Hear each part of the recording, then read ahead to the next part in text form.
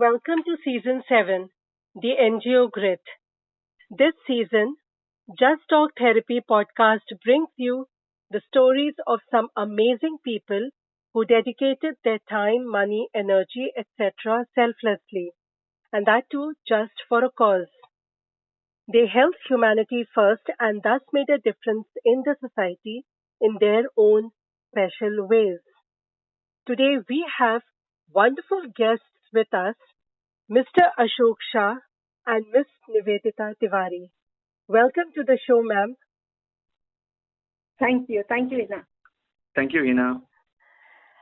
Thank you for your time, sir and ma'am. And if you can just introduce about your NGO and about yourself. Hi, everyone. My name is Ashok Shah, and I am the co-founder of this NGO called Samaaveshi Pathshaala, which is based in Karjat, and we work on inclusive education with the local tribal children here. Hi, I'm Nivedita Tiwari. I'm also the co-founder of Samaaveshi Pathshaala, and we have been working here since last 4 years almost. That's wonderful, and I'm just interested to know as to what does this Samaaveshi word means in your NGO name. Sure. So there is a story behind this name and how both of us who don't belong to Maharashtra happen to come here. So it's a story that changed the course of our life. Would love to hear about it. Thank you, Hina. So this is 4 months after the Nepal earthquake in 2015, where Nivedita and I were working with two different NGOs, and I happened to visit a remote village on the outskirts of Kathmandu, which had been totally damaged by the earthquake. And there, during my assignment, I met a 10-year-old girl who had broken her spinal cord during the earthquake. So she was inside her home, a mud and stone home built of mud and stone. And when the earthquake struck, everyone ran outside. And when she was running out, the entire house kind of fell on her. And so this is 4 months after the earthquake, where she had recovered a bit. She was admitted to a hospital for about 2 months. And when I met her, she was wearing a belt around her waist and she was using a wheelchair. And during the course of the conversation, I could see that she could move around using the wheelchair. And just like that, during the conversation, I asked her that I can see you are able to move around, you are able to do quite a bit using your hands. So why don't you go to school? And she said, my school collapsed during the earthquake. And then I asked her again. So this morning when I visited this village first, I went to that site where the school had fallen, and I could see just next to that site, there was a temporary school that was built using bamboo and tarpaulin. And I could see that a lot of children were studying there. So I asked this girl, why don't you go and study there in that temporary school? And she said, that school is not for me. And I said, what do you mean? And she said, that school is not for disabled children like me. Oh. And in that one moment, I don't know what happened to me, but her reply struck very hard. As someone who did, masters in social work from Tata Institute, in a way, found my life partner at Tata Institute. We were both placed in very good NGOs, doing very well for ourselves. But for whom we wanted to do, whom we wanted to make a change, or, for what purpose we did social work, in a way I found that very hollow when this girl said that her school kind of didn't accept her. So many questions came to my mind. I didn't have an answer for her. Many questions kept coming to my mind. And that evening when I came back, I shared the story with Nivedita that, I felt very hollow from inside. कि हम जिसके लिए हमने ये social work किया, for the kind of change that we wanted to bring in the society. To a large extent, I don't see that happening. And the reason for that is you know, I didn't have answers to why our schools do not accept children with disabilities. That is Or absolutely, I would just add on, yes, what you are yeah, saying, I can actually understand. It's a feeling of helplessness at the same time when you have gained the education for the same. absolutely, absolutely. So exactly as you said, I felt so helpless. I came home and I told Nivedita that, I just didn't have an answer for this girl who could have gone to a school and studied just like other children because her cognitive skills, her hands were perfectly okay. If somebody could help her, take the wheelchair, I think help her reach the school, she could as well sit with other children and learn in the class. So, I mean, several questions came to my mind that why is our society like this, where we do not have the empathy for, fellow children or people with disabilities? Why do we treat them differently? Or why do we think that they should be treated differently? Or why are they treated or discriminated the way they are in our society? Right. So, several of these questions, and over the next few weeks and months, we kept discussing that, what do we do? You know, Given the kind of education exposure and everything that we have in our lives, what can we do to make, real change, or how do we make our life more meaningful? So, sum it all up, by the end of So at this 2015, we had a point, plan. so at this Yes. point, I would like to ask Nivedita, ma'am, like, ma'am, how did you feel when you heard the story and what Mr. Ashok has observed around and he shared it with you? Yeah. So yes, as Ashok shared, I was also working in the NGO sector, working in the field of disability, and I too felt helpless, because our core work is on disability, and when actually we go to field, we do not see much change. We still see Mm-hmm. the kind of discrimination in schools, even in offices, at home. Again, the attitudes of people, we didn't see much change in the field.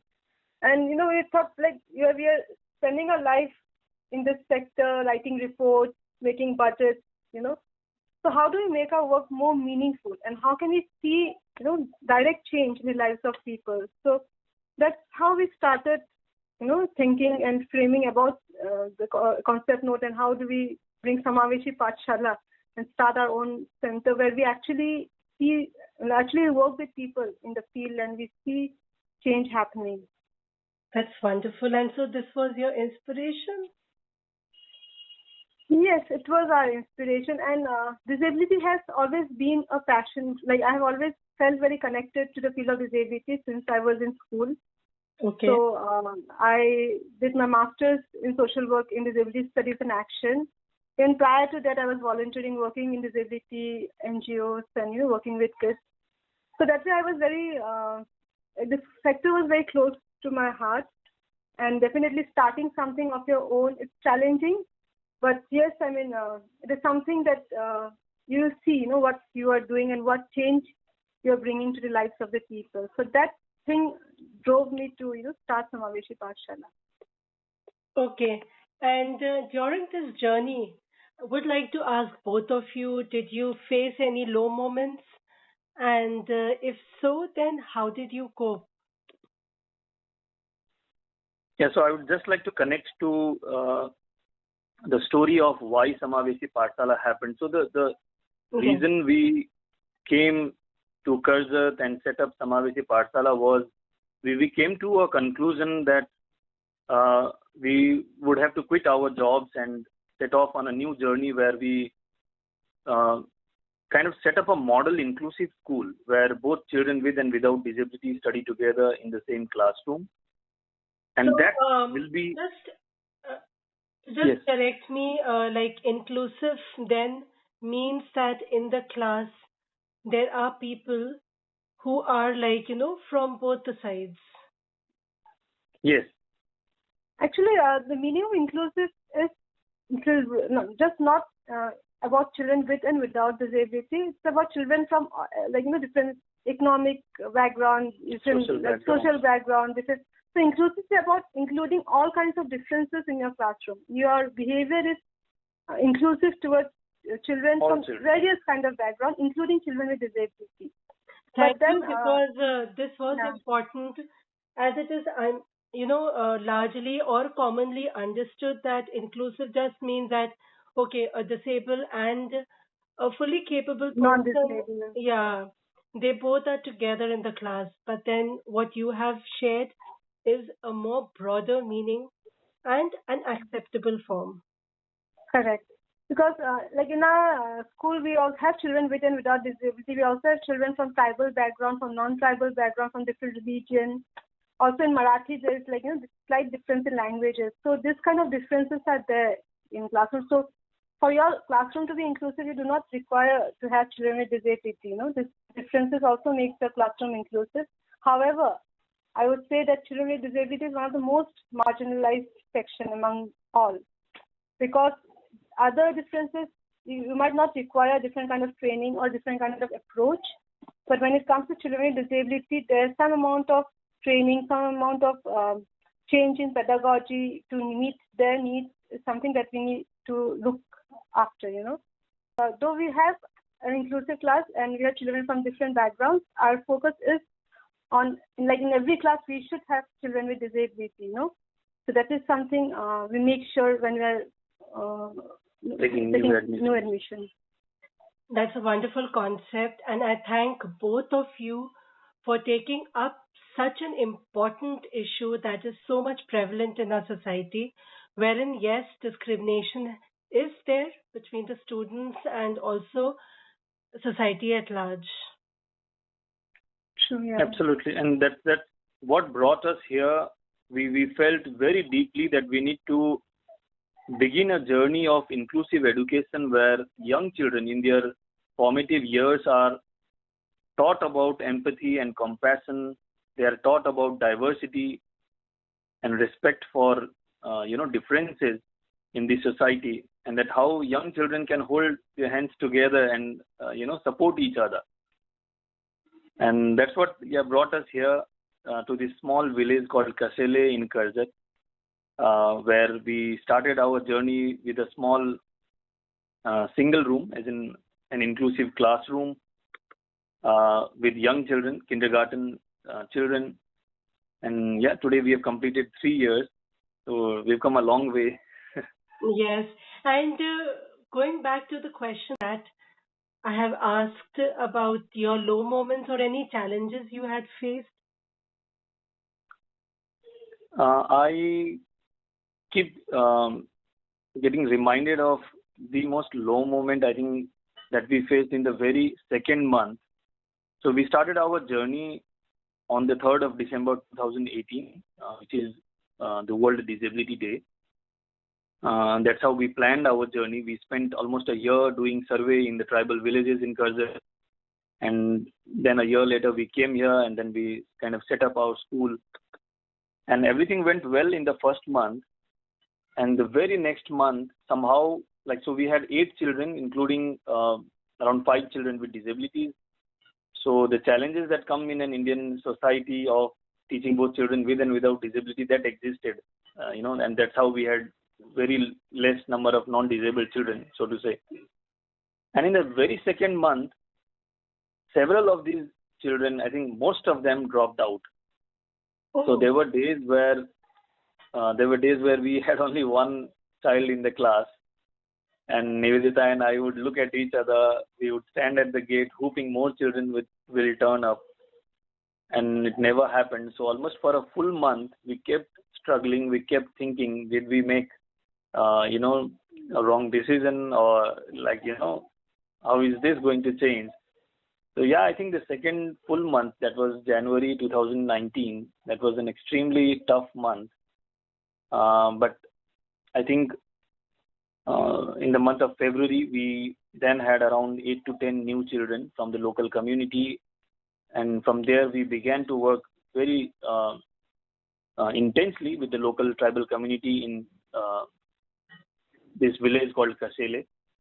And yeah, things slowly changed around from there, but it taught us a lot of things.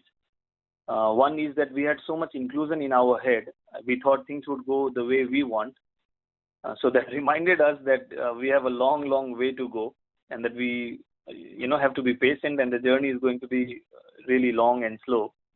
And the other is the need to work with the local community, where we explain to them what we are trying to do, who we are, and what is our vision, and how they can support us in our journey. That is wonderful. And again, it's like what you have shared when you see a child only coming in the classroom in that month, though it must have been very, depressing at times, let's say, or like, wanting, okay, when you are saying whether you made the right choice or not. So, that one child was a ray of hope to keep on going ahead.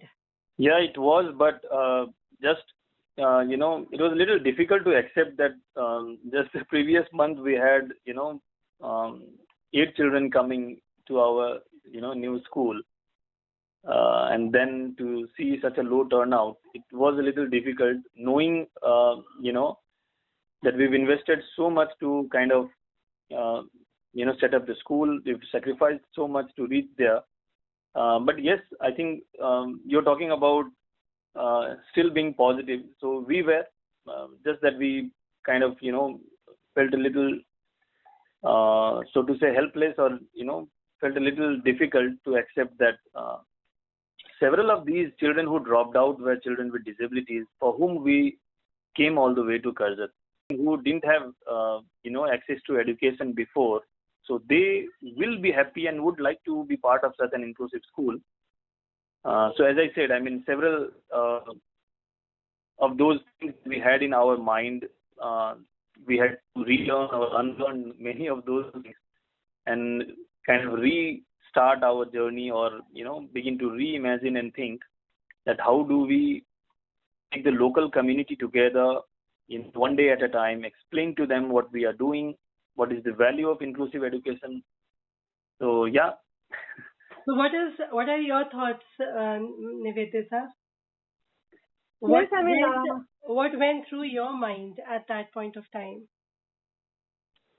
so that, as Ashok said, yes, we realized that we were in a rush, like, no, we knew about inclusive education, but the journey to implement and the journey of the local community accepting the idea of inclusion is something, will take time, we realize. Because again, children with disability, the parents of children with disability, they never thought that a child could study. So their priority was not education. Their priority was medical treatment, therapy. And they were expecting that from us. That was one thing. So how do we make like education also a priority for them? That your child could study. Again, there was also a time where our school was labeled as a special school in the community because we had kids with disability, and none of the schools in the community had children with disability. So what I'm saying is, we realize that it is a slow process.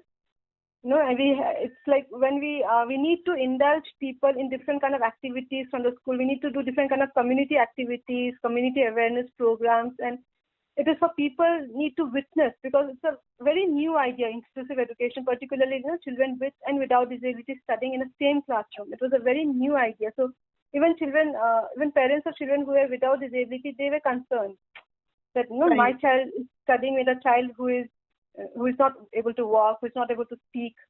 So what impact it will have? So to share a small story, like we have children with hearing impairment in our school. We use sign language as a second language for communication. Okay. So all our kids who are without disability, everybody, all staff, everybody, we all learn sign language, and we use basic sign language for communication. So there was a point when parents, they came, and the parents of children without disability, that why is my child learning sign language? Mm-hmm. He or she shouldn't be learning sign language because he's not disabled. So all these challenges came, and we also had situations where parents of children without disability, they took off their children out because they, don't want their child to be with a child with disability at times. So So, but gradually, as we started working with the community, more and more awareness came into people, and also they saw the progress of the children in our school. They were progressing well, they were learning well, they were doing well. There were also parents who shared, how the children have started sharing, showing compassion, because empathy, compassion, these are also things, values instead it's part of our curriculum. So that is something we see naturally, again, because we are working with very young children, 4 years, 5 years. So, once they are in that environment where they have to show empathy, where they have to, help each other, support each other. So that is something we have seen growing in the kids, and that is develops more when you're in an inclusive environment. Right. So that So is something. yes, ma'am. Yeah. So this is to all the listeners. Like, if you start on any journey, and the only thing that from what I can learn from sir and ma'am is that one needs to be patient. They need to understand what is the bent of mind of people around, what are their expectations, and find a midway so that, in both of them can benefit from each other, making children more aware about the value system and the children learning from each other in a safe environment. And, ma'am, you all are really doing an amazing job, which is not easy at all, but it is worth every effort you all are putting in building up the society, which is very positive, empathetic, and productive in the end.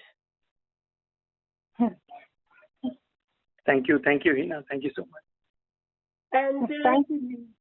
most welcome. Thank you for your effort.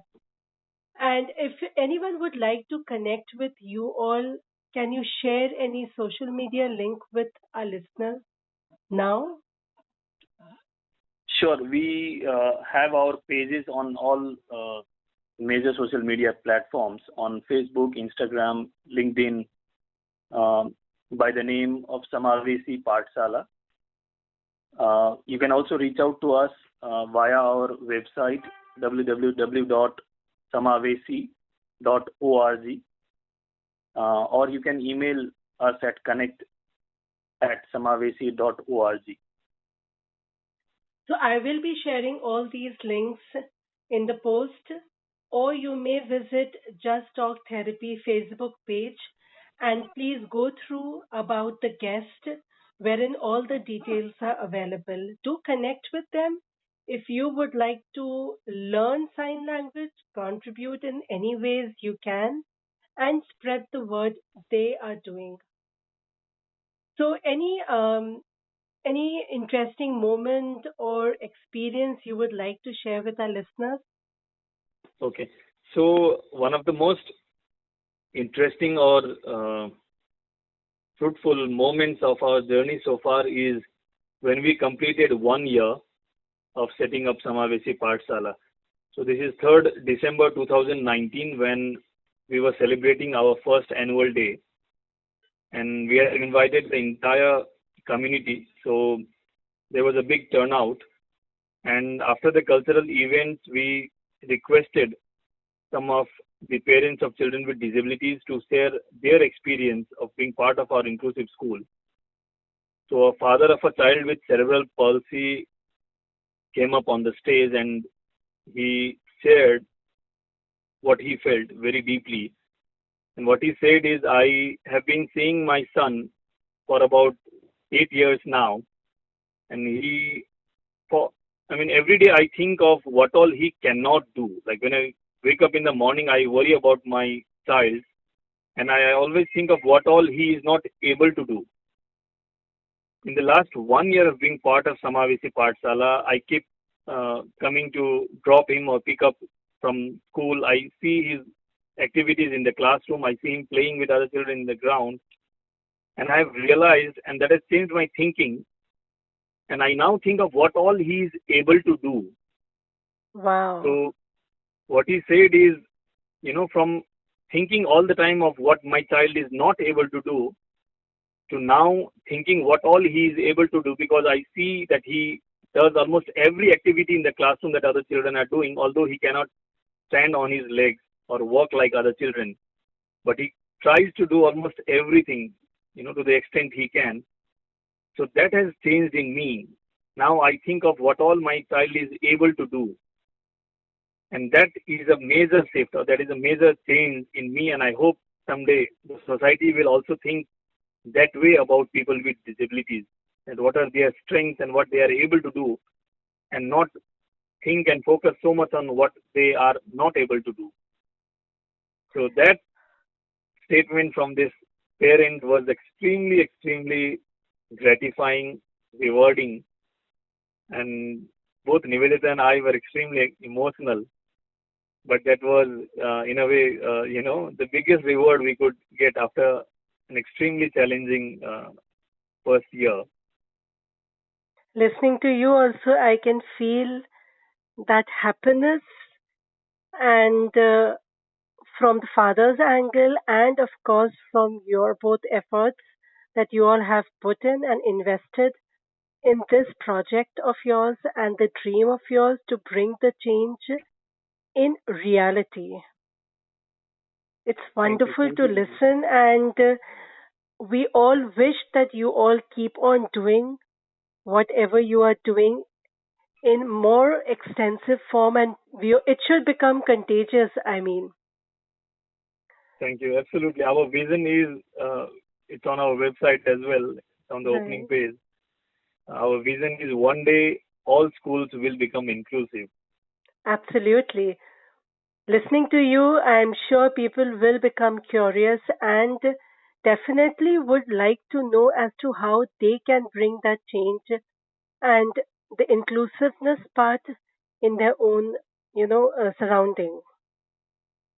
Absolutely. Absolutely. So Thank you you. all, Thank you for saying that, Hina. you both are the role model for so many people now.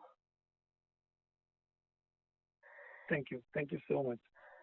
It is overwhelming, and it is really with warmth I can say that the seeds you all have sown in these years, they are now being rewarded by the words like their father had shared, that what the abilities their child had was not so visible, but by your vision, it became visible. And that's a big change. It is. It is absolutely. So, before we end, anything you would like to tell to our youth? Yes, I mean, I would like to say that this, like, there's a lot of, in today's times, there's a lot of intolerance, a lot of differences that we see prevailing in our society right now, right? Right. So it is a time that we need to instill values of empathy. We need to have values of acceptance, value of respecting diversity. These are things that we need to work upon. We can see among people again the race of the competition. Everybody is part of a race, and everybody wants to win. So that is something that we need to think about. Like, are we here to be part of a race, or are we here to be happy, spread happiness, give love? And this has something that has to start from childhood itself. Children need to have, like, schools, colleges, they need to focus on these, like the social emotional learning of the children, like along with the academics.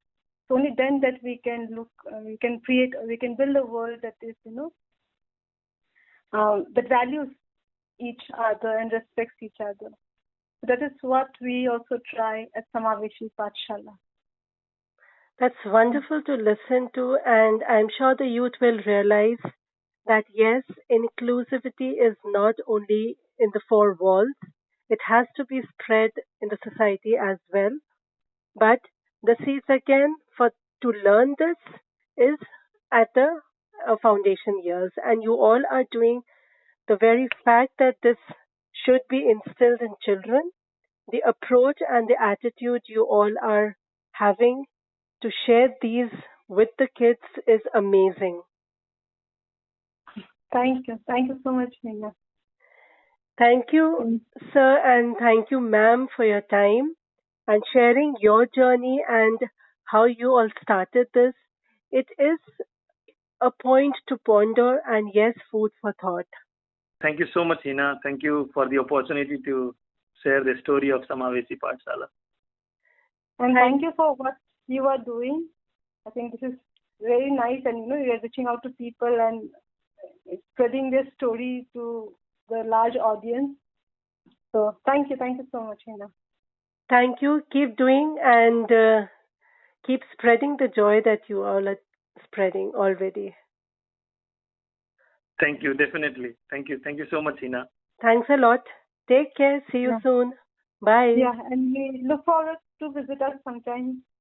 Absolutely. Whenever I'll be there, I'll definitely drop in. Sure. Thank you, Hina. Nice talking to you. Same here. Thanks. Bye.